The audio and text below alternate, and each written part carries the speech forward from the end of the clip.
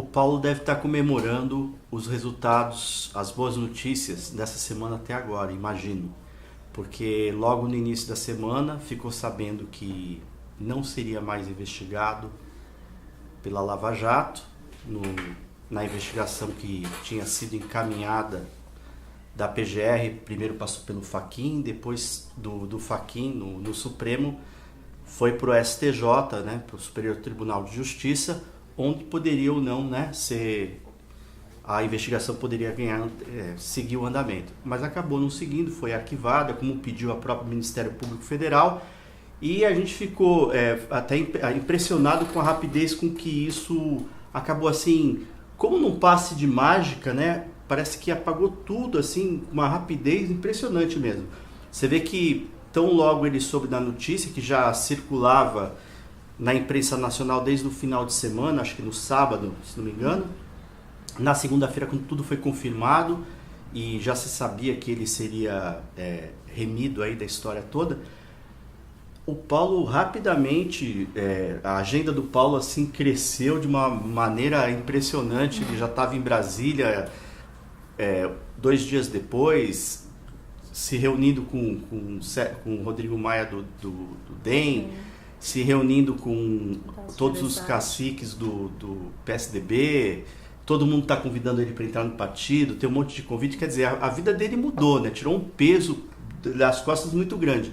O que a gente falava, até por mais que o Paulo, quando a coisa estourou, por mais que ele tenha dito que isso não pegava, que não tinha fundamento, que não tinha nem pé nem cabeça, que isso não iria prosperar, que era tudo um absurdo, você percebe que isso estava incomodando muito o governador, porque você vê quando a coisa sai das costas dele, quando ele tira esse peso das costas, ele fica leve, fica completamente diferente, né? Parece que ele pode voltar a encarar as pessoas, a poder sorrir novamente, vamos dizer assim.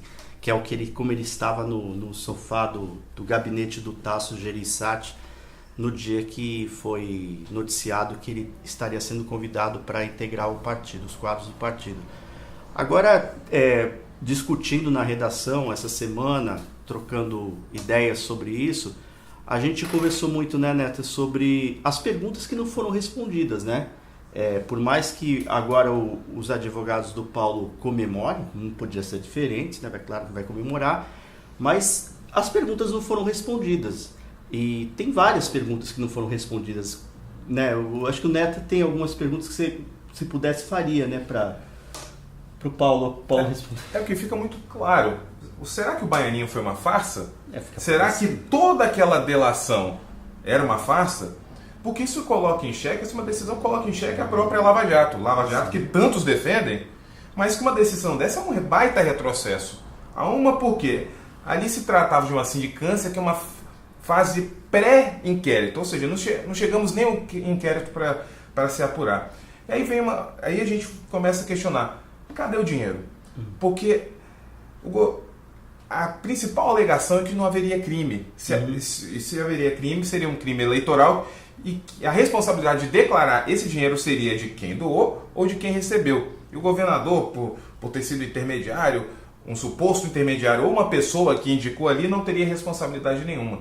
Mas isso não mata a questão central. A questão central é como um dinheiro reconhecidamente de propinas da Odebrecht, que foi utilizado para irrigar a caixa 2 de campanhas eleitorais, corrupção, chega a emissários, ou surge o nome do governador, emissários do governador, auxiliares do governador, todos dentro de uma planilha, a mesma planilha que foi pego para usar que pegou uma série de políticos, surge o Baianinho, até com a alcunha de Baianinho, surge lá dentro. Então fica a pergunta, cadê o dinheiro?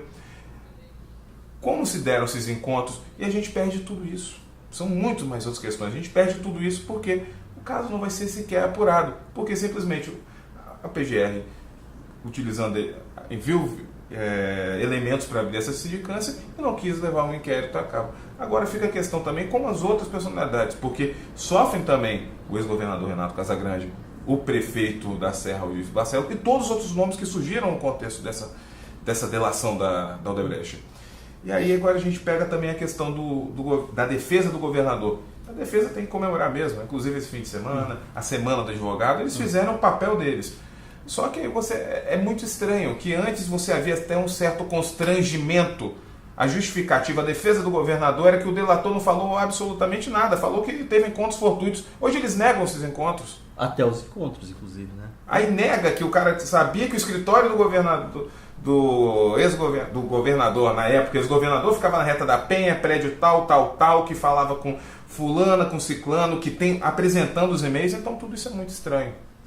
Aí a gente não sabe se essa absolvição sumária do governador Paulo Atum também faz parte do famoso estanque da sangria da Lava Jato, que a gente também não pode desconsiderar. Mas você falou uma coisa importante, porque a gente está falando do Benedito Júnior, que é um dos principais delatores da Lava Jato, um dos principais. Sim. Ele não fez só, às vezes, um monte de delação, quer dizer, ficam todas em suspeição, porque fica parecendo o quê? Ele foi lá, fez o acordo com os caras, falou, bom, quem que eu posso entregar? Vou entregar um cara que tem um peso de governador. Pega o do Espírito Santo, vou então armar toda essa história para incriminar. Foi isso que aconteceu? Porque eu concordo com você também. De qualquer maneira, até agora as perguntas foram respondidas. Porque você põe admite, inclusive o Ministério Público Federal, admite que o Paulo pediu dinheiro, isso ninguém nega.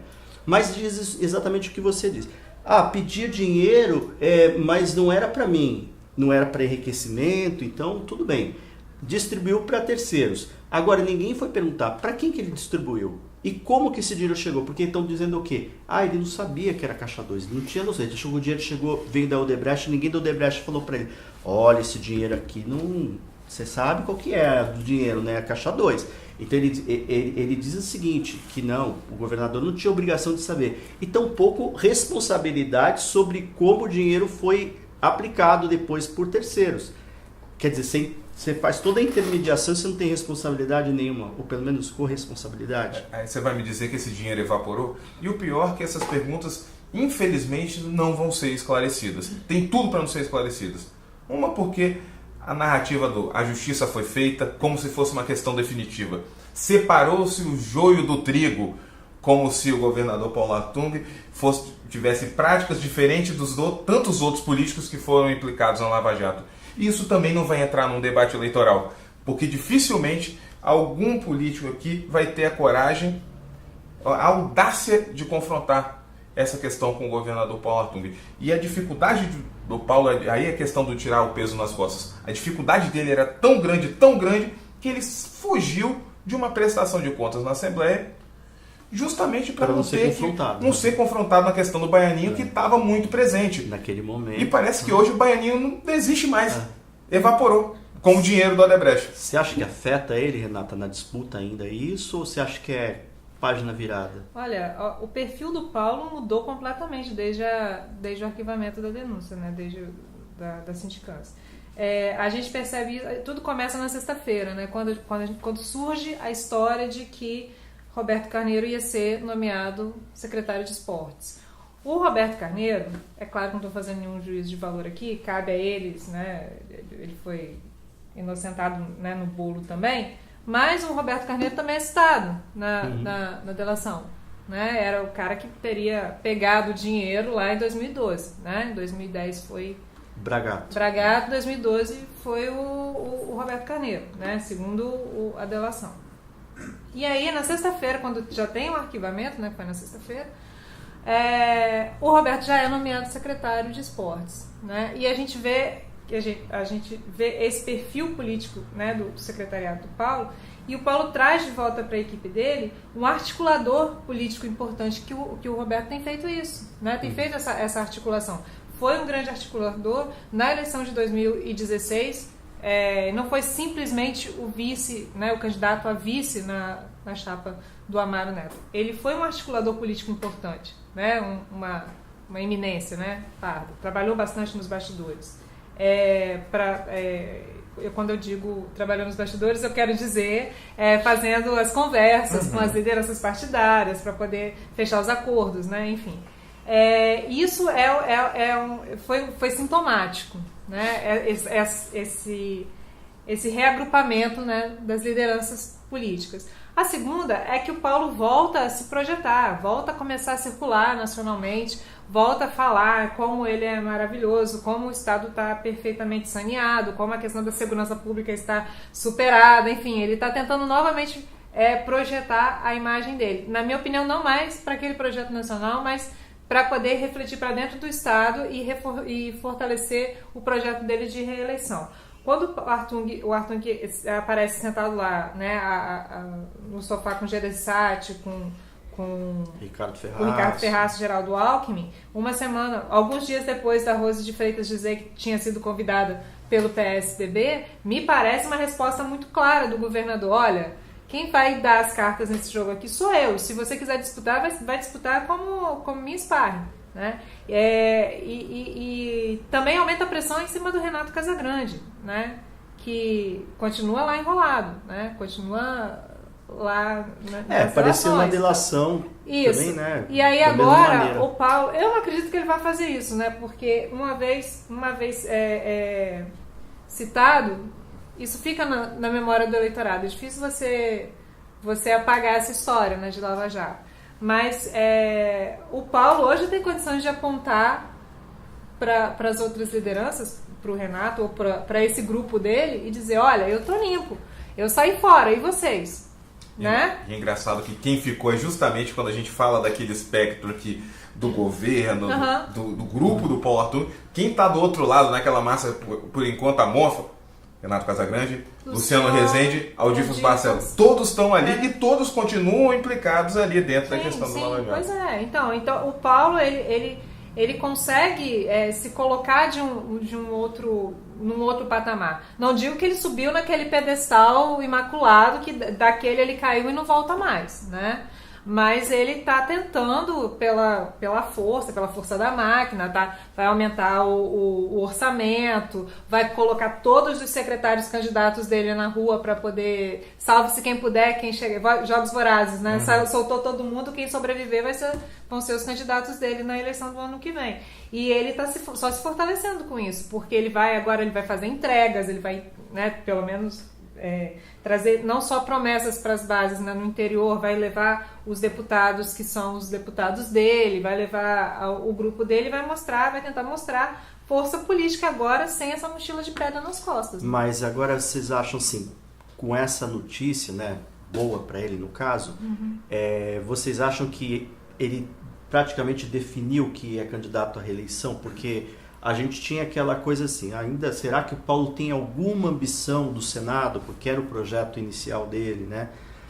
Você acha que muda alguma coisa? Porque naquela reunião com o PSDB, ficou claro uma coisa, que no PMDB ele não continua, né? Ele mesmo deixou isso claro. Sim. Agora, vocês acham que muda alguma coisa? Ou no PSDB ou no DEM, se ele migrar para um desses dois partidos, vocês acham que muda alguma coisa nesse projeto? Ou vocês podem quase afirmar que ele é candidato mesmo à reeleição? Olha, eu venho falando há bastante tempo que o Paulo seria candidato à reeleição. Se o pior cenário seria, inicialmente, no primeiro ano de governo, o pior cenário para ele seria a reeleição. Hoje é o único cenário possível e é o cenário que ele quer. Reforça essa suspeita a questão do elemento Amaro Neto, que foi inserido também dentro dessa semana.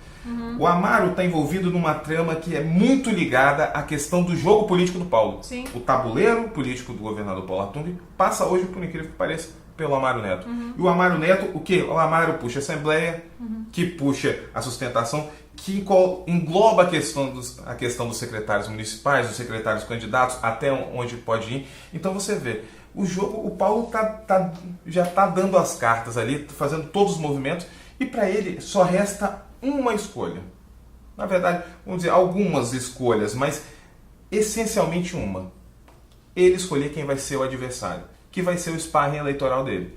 Saindo do PMDB, é quase uma escolha tácita da senadora Rose de Freitas, que não tem nada a perder, vai para esse papel de sparring, mas com risco de sair menor do que entrou. Em 2006, naquela eleição, ele escolheu um outro sparring, o prefeito da Serra, Sérgio Vidigal, que até hoje não se tornou mais um quadro, vai continuar como um quadro muito forte na Serra, mas não conseguiu sair dali, conseguiu romper. E nessa brincadeira, o PDT acabou perdendo um quadro importante naquela época, que era o ex-prefeito, hoje prefeito de Vila Velha, Max Filho, que esse sim queria disputar a eleição pelo PDT, não como sparring, mas como adversário político mesmo, foi tirado totalmente do jogo, acabou saindo do PDT, e aí o PDT só tem hoje uma liderança agora mesmo. O risco Rose, como você falou, se ele está ajeitando a Rose para ser adversária, tem aquela coisa que a gente não pode descartar. Nada impede de lá na frente a Rose falar assim, pensei melhor, acho que eu não vou não, viu? Problemas aí para resolver, eu acho que eu não vou não. Porque ela pode, tranquilamente, ela tem mais 4 anos de Senado, ela pode mudar de ideia. Sim. Se ela muda de ideia, praticamente ele fica sem adversário, porque a gente não consegue ver, sinceramente, eu não consigo ser vocês, mas assim, tirando a Rose, eu não consigo ver outro adversário, pelo menos agora, com movimentação para disputar, assim, claramente, falar, esse cara é candidato ao Palácio Anchieta. Tem gente que fica brava quando a gente não inclui o ex-governador Renato Casagrande. Ele pode até entrar nesse jogo, mas assim, neste momento...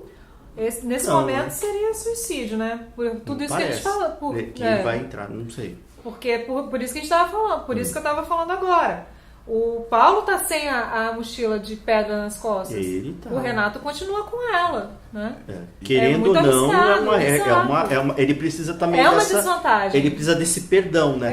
E o que é pior, porque há muito a gente já falava, o Renato Casagrande não teve a capacidade de vencer Paulo Artung sentado na cadeira de governador. Agora tem mais essa questão da Lava Jato, o que torna ainda mais complicado. E você não vê unidade, né? E aí essa massa morfa que fica do outro lado aí, a gente já não consegue enxergar. O prefeito Luciano Rezende se tornou um mau síndico de Vitória. O melhor posicionado ali é o prefeito da Serra, Aldifas Barcelos, mas que vai depender muito da conjuntura nacional e também dos movimentos da rede no Espírito Santo, que estavam até bons até eu sair de férias. Você tinha...